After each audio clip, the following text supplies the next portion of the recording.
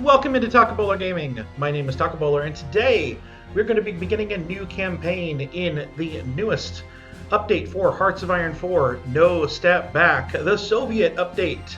And naturally today, in the Soviet update, we will be playing the German Reich. This is mostly in part due to the massive changes that have happened in this update.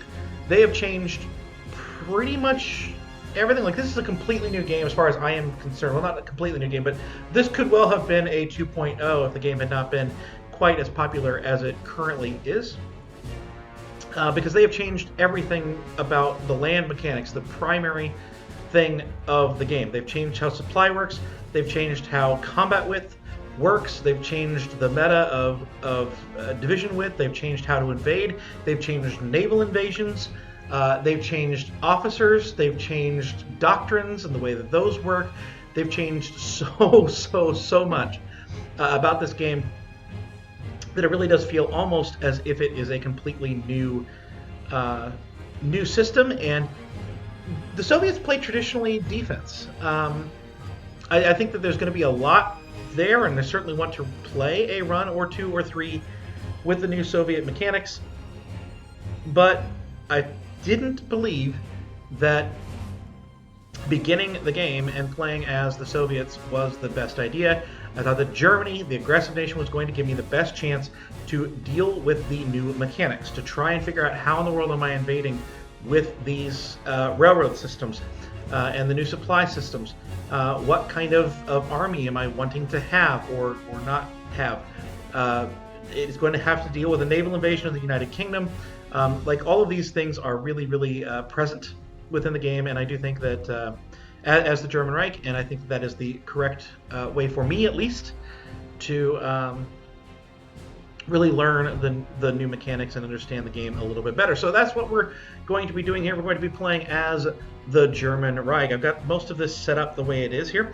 You'll notice a couple of things. Number one, the new traits and whether you can assign a new trait to the leader has been added to this screen, except for this one randomly. So that's a really nice feature. I'm not sure why that box is there. Oh, it's not quite there. That's not a box. That's just his uniform. Okay.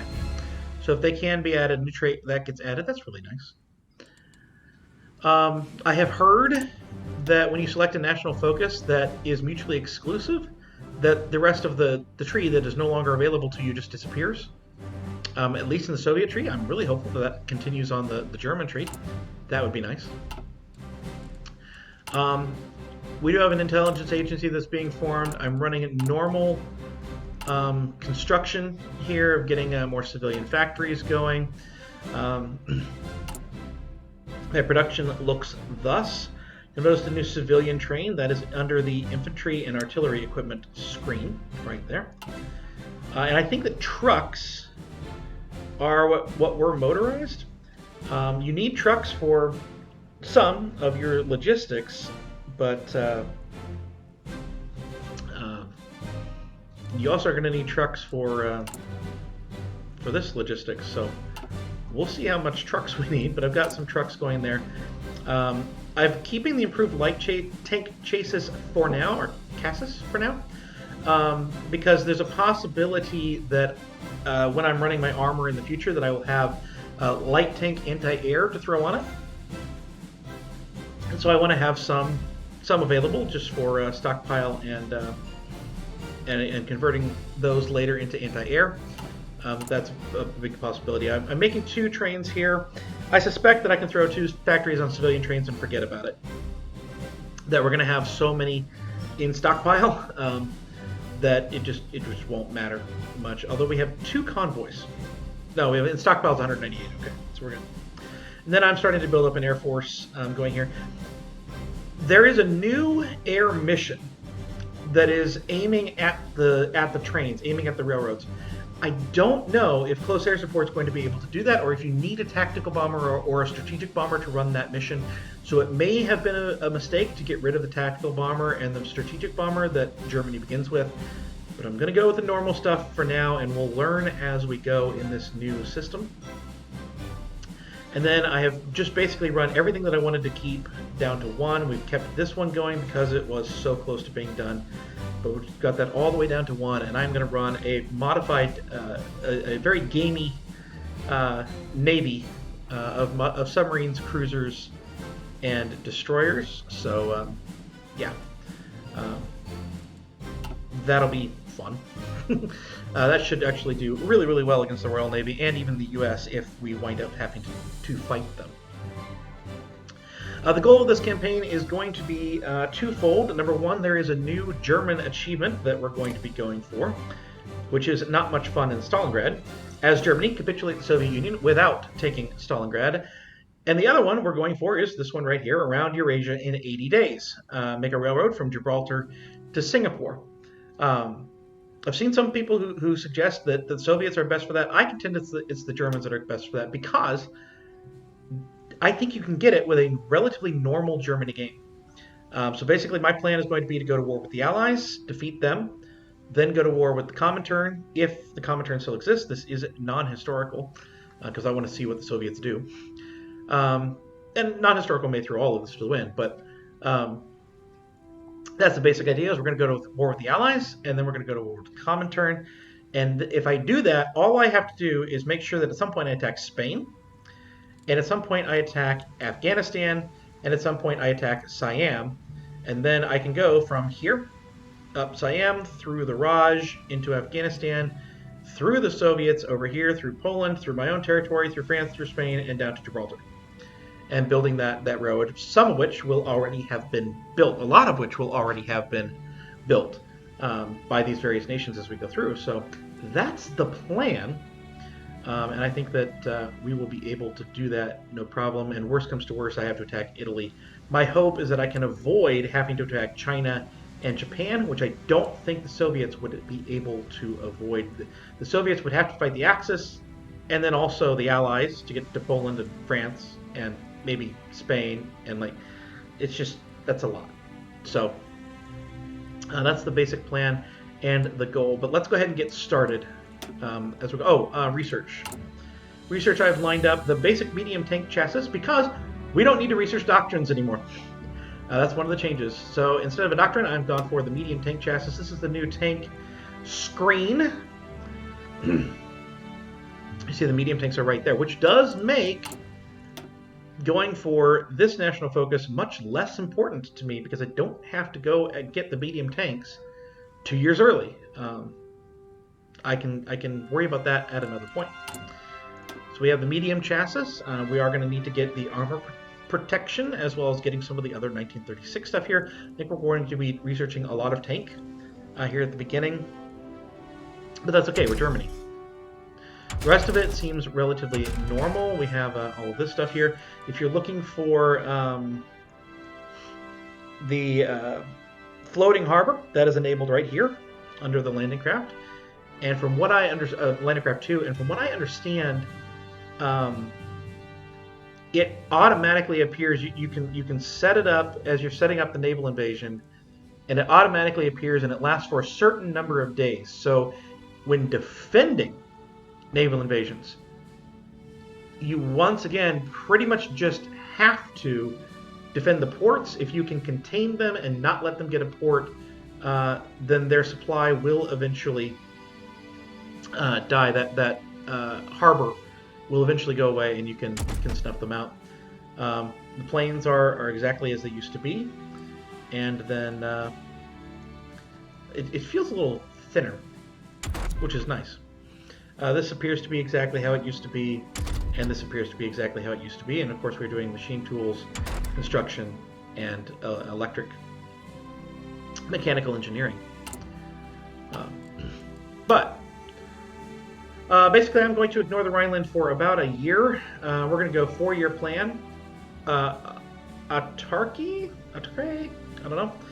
And then these two here that are in German, I'm not even going to try, and then the extra research slot, and then the Rhineland.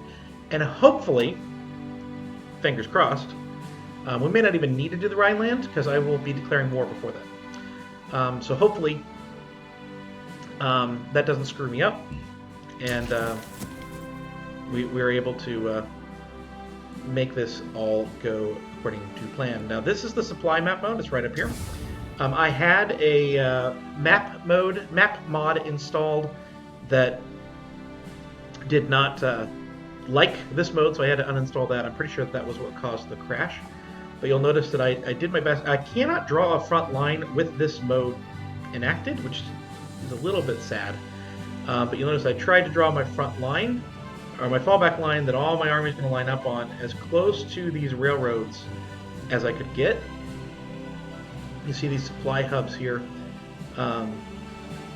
These are Allied supply upgrade, and then motorization level. So, can they come in? Can they not come in? That kind of stuff. So you can upgrade the railroads. This is supposedly just click that, and that automatically goes here, and you can raise it up. But we're not going to upgrade the railroads just yet. But that was where all that goes. And then where do I build railroads? Construction, new railways. So if I wanted to, say, build one right here, I could do that. What do we do? Oh, we build from supply hub to supply hub. Okay. So if I wanted to do that, we could build that. And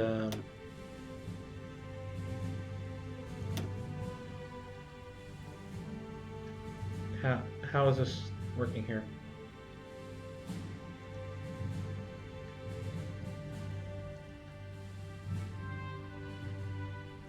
Click on a node, move the mouse over the provinces where you want the railroad, and then click on the target province. Backtrack the path to remove provinces from it. Okay. So yeah, we can do this right here, and then there we go. That would set up to build right along there if I wanted to. It says shift click. If I wanted to do, say, click here, and then I'm going to shift click to go here. It would go to the shortest route, but we're not going to do any of that because we're 12 days in. Look at the supply is being strained here, it says. So there we go. Because we're 12 minutes into this and I haven't done anything yet. So we're going to go ahead and start. We're going to start with the 4-year plan. We need an ambitious plan to provide for the rearmament and utilize an ultimate self-sufficiency of the nation. This should be achieved within the next 4 years. So one thing that you might do if you wanted to hamstring yourself a little bit, you could theoretically destroy some of the support over here and build up the support over here ahead of a civil war if you were going for the German Empire. I need one more political power now. I'm going to go ahead and start the clock. Ooh, logistics just went way down because I needed 25 trucks in stockpile. Okay. The officer corps over here, new generals cost 100. Command power, not political power now. I don't know if that's going to go up or down. It is worth noting that my admirals only cost 30, so it's possible that that will go up. Although, if there's a max, I would hope there's a max. You have these new spirits. This is where the doctrines are. The doctrines don't appear to have changed. They each cost 100 command power. So you want to be getting that command power as quick as you can. Your chief of the army gives you 0.09 daily command power or army experience gain, no matter who it is. So this is one of the first things that I think I'm going to be going for in every run. Same with Navy, although Navy power is usually not that hard to get. And of course you have your military high command, which also gives experience gain. And then your theorist, which also gives... no, it doesn't. It's just the regular stuff. So the theorist is there. But yeah, you get all this, some daily gain of all of that. Let's see. You've got your preferred tactics right here. I think it's going to cost 20 command power to change those from those that you have available. Like right now, I don't have this available. I can't choose this. It's locked away. But I can choose this. It's probably the one I'm going to choose. Then you have some defensive ones as well if you get that. Actually, it's the only one I can choose, so it's a good thing that I want that one for now. Eventually, I would like to go to Blitz because it appears that it has tactics, movements, and better attacker tactic damage and stuff like that. But we'll try and go through that stuff. There is no preferred tactic for Navy, and there's no Academy Spirit down here for the Air Force. Worth noting. In here, you see at a cost of 25, 50, and 75. We have some spirits. We have some of these. You can just look through those and see what you would like to have. Currently, for my own setup as Germany, I'm kind of deciding between bold attack and meticulous preparation. And then I want motorization drive or quick improvisation. That is a really good one for me to be looking at. And then I want maneuver warfare. I'm going for that division speed for that. And that, again, everything costs this command power lots of experience that is needed to be spent. For the Navy, probably going to go for convoy warfare. And then, yeah, we'll be looking at some of this stuff, I guess. Submarine primacy should theoretically be the one I'm going for, but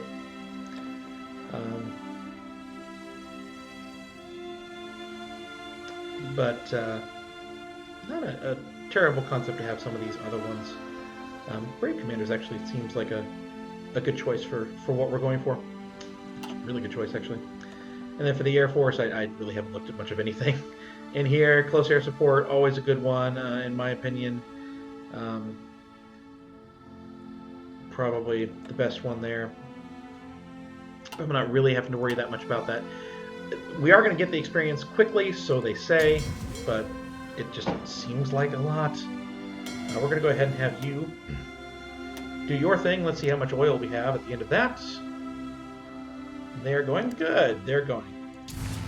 I need to get some air, so let's go ahead and merge my air wings, and then we're going to take that down to 200, take this down to 400, get rid of you completely, make you up to 100, make you up to 100, and then, oh, those are tactical bombers. Yuck.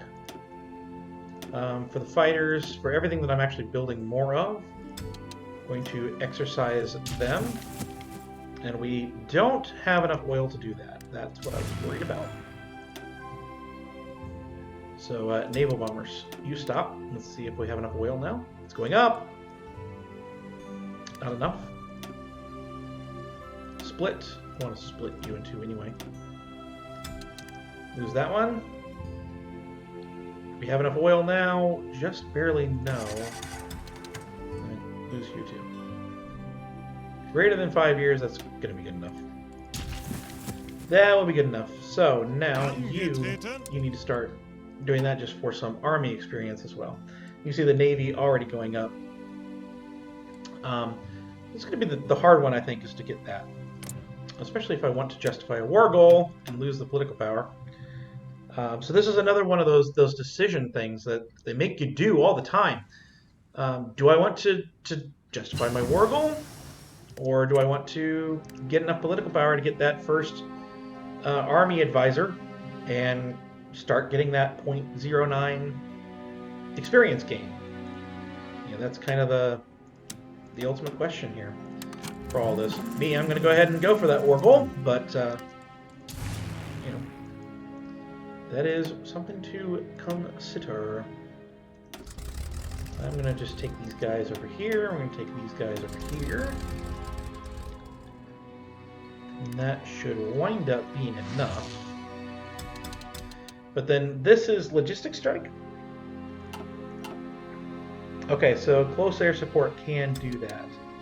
This is the one that goes after trains and trucks, goes after the logistics. And then you have going after air supply, or increasing air supply. That's normal. You can naval line line stuff. So there's some more stuff that we do here, more missions. I do like that. You know, and on top of everything else, not only are you having to decide, you know, are you using your command power for any of this stuff, but then also, these guys give more, don't they? No, Rommel did. Rommel was the only one. Okay. I'm going to put a bunch more. As you finish up, just go into the heavy. Go into the heavy as well as you can. Now, why are you not over here? I don't know. I don't know what's going on with that. We do have all of our stuff done now. That's good. Our logistics is back up to 100. Everything in good supply. Everything's in good supply because we're Germany. If you did start as the Soviets, I've seen a couple of things that are showing more. A couple of YouTube stuff that is not as good in terms of their supply. So we're not going to cancel MIFO bills yet. Let's see, Commando. This is good. Let's get that in Amsterdam, and then cryptology.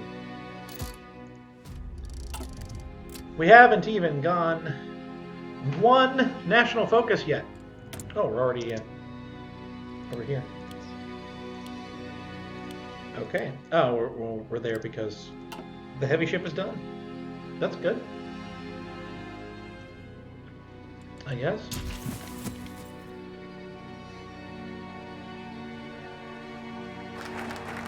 The 4-year plan is finally done. We're going to go at least 30 minutes on this first episode just because I did spend so much time at the beginning. Let's go to autarky. For Germany to be truly great, it must be self-sufficient. We must make better use of our resources and become more efficient in our construction. Indeed, we must. This is new for me. To go in this path for Germany, I usually just do straight to the Rhineland first and do some army innovations, get that tank going. This is a little bit new for me. The Turkey and the Soviet Union have come to an agreement on revising the Treaty of Lausanne, which was signed and implemented after the nascent Republic of Turkey repulsed the Entente in the Turkish War, yada, yada, yada. All right, so Turkey has complete control. British observers who are part of the process are really satisfied that conflict in the region has been avoided. Interesting. The Soviets backed down. You fools. All right, so we do have these guys all set up. We're going to do a little bit more as we go, but I'm going to be adjusting these, all that experience that we need. But these are here. I am thinking right now that if we're trying to create a kind of universal template as much as we can, that 12 is going to be the number. Whether 24 comes into that or not, or whether it's just straight up 12 and you just need a whole bunch of commanders, I don't know. But I do think that 12 is going to wind up being the number. I've looked at those, and the numbers that I have are not final by any stretch of the imagination. But the numbers seem to be mostly divisible by 12 or very, very close to being divisible by 12. So I think that is something to go ahead and be doing. 12, and that's what we're going to be doing. Particularly with mountains. Mountains, the provisional number in the dev diary like 6 months ago now. That number was, yeah, it was good. Research speed. That number was 25 for the reinforcements. And I think 70, what was it? I screenshotted that. That was 75 for the standard, 25 for reinforcement, which is not half, by the way. Oh, the Kingdom of Poland crowns a king. Oh, they're going down that path. Interesting. Ah, we can do something here. We have our stuff here. So we have army regrouping that we can do. But I think that we would like to do army offensive here. Let's go with that. Now it says allocated -20. Reduces our maximum command power, which can be found in the top bar. Okay, current max is 180. So there's another one of those balancing acts that you have to do. All right, Ethiopia's capitulated.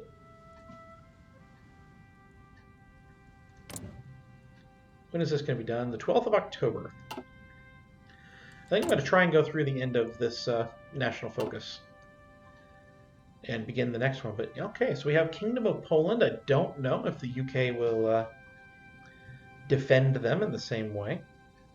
Don't know what the Soviets are going to do, but that's an interesting development. Of course, Poland also got a new focus tree. It's an unknown focus, but let's see that they have their focus here. They have clearly gone down this path, so we should see they're going for the Commonwealth claimant, it looks like. So no Habsburg today. Very sad. We'll have to punish them for that. All right, we have our first guy brought in. Let's go ahead and get a new person with this. You know what? Sure. Put you in charge. And I do think if we're doing like 12 widths, we're having some offensive and some defensive, and it's going to be a very meticulous stuff with all of that, I'm sure.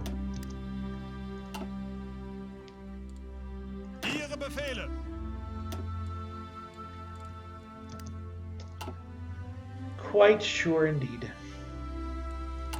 Our infantry equipment's relatively high, so let's go ahead and get a few more of these started up, because I'm going to need a bunch of people to do all the rest of the stuff we normally have to do. Okay, so our destroyer here is being created, the last of those, so I'm going to go 2 more days, and then I'm going to call that an episode, and we will do some work with the Navy stuff in between episodes. But let's go ahead and start this up. We must rid ourselves of the fickle influence of private capitalists. Therefore, we will form an industrial conglomerate under our control to oversee growth in the mining and steel sectors, as this will form the backbone of our military industry. Lots of civilian factories, always a good thing. I have been Taco Gaming. I hope you've enjoyed this episode. I hope you have enjoyed thus far playing the No Step Back DLC. If you have gotten that and updated the game to go along with it, I certainly am very excited for what this DLC can mean and might mean going into the future. But I've been Taco Gaming, and I will see you next time.